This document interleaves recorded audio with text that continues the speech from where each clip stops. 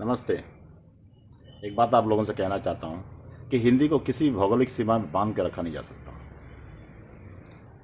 अवधि के तुलसीदास और ब्रज के सूरदास भी हिंदी के कवि हैं।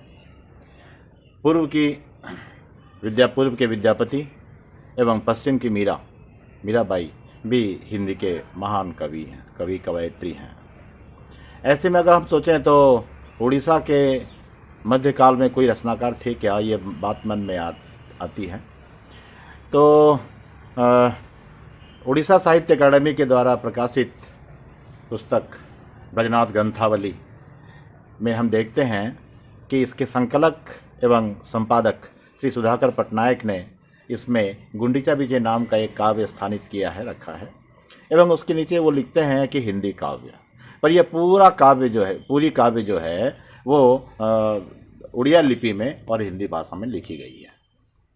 जब कोई इसे पढ़ता है तो वह उसे उड़िया समझकर भी पढ़ सकता है, पर उसे हिंदी के कुछ शब्द बीच बीच में आने पर वह बाधित होता है और फिर उसे हिंदी काव्य जब जानता है और हिंदी की तरफ पढ़ता है तो वो फिर हिंदी उसे महसूस होती है। संकलक संपादक सुधाकर पटनायक ने भी यही कहा है, गुंडीचा विजय के बारे में यह कहा है कि विभिन्न नकल नवीसों के हाथ से होते हुए जब यह कृति आगे आई तब इसमें कुछ अशुद्धियां रह जाने भी स्वाभाविक है। अतः इन अशुद्धियों के प्रति अपनी चिंता और खेद प्रकट करते हुए वो इसे इस ब्रजनाथ ग्रंथावली में रखते हैं। ब्रजनाथ ग्रंथावली में स्थानित यह गुंडीचा विजय 1799 ईस्वी में लिखी गई है। राजा दिव्य सिंह देव के दरबार में रहते हुए ब्रजनाथ बड़जना ने इसकी रचना की है। और इसके बारे में अभी सिर्फ इतना बताना चाहता हूँ कि इसकी पहली जो 4 पंक्तियाँ हैं उनका पाठ हम अभी सुनेंगे, जिसमें कि पहले उड़िया में मैं कहूँगा और फिर वही शब्द और वही पंक्तियाँ रहेंगी जिसे मैं हिंदी में कहूँगा, और वही केवल उच्चारण भेद से किस तरह भाषा भेद होता है ये हम देखेंगे। तो चलिए देखते हैं कि इन 4 पंक्तियों का उड़िया में क्या उच्चारण होता है और किस तरह से होता है।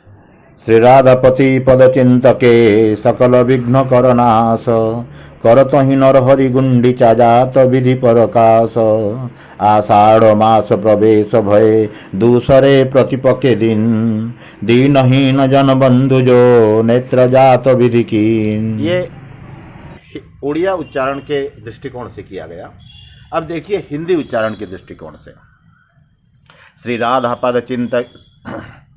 राधपति पद चिंतके सकल विघ्न करनाश करतहि नरहरि गुंडीचा जात विधि परकाश आषाढ़ मास प्रवेश भय दूसरे प्रतीपके दिन दीनहीन जन बंधु जो नेत्र जात विधि कीन।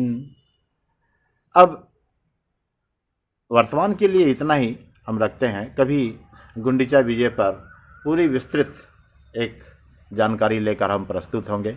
यदि हमारे श्रोताओं को, दर्शकों को यह अच्छा लगे तो अतः कमेंट में लिखें यदि आप चाहते हैं गुंडीचा विजय के बारे में विस्तार से जानना, और सब्सक्राइब करें, शेयर करें, और आइए हम जानें कि हमारे उड़ीसा में हिंदी की रचना कहाँ तक और कितनी हुई है। धन्यवाद।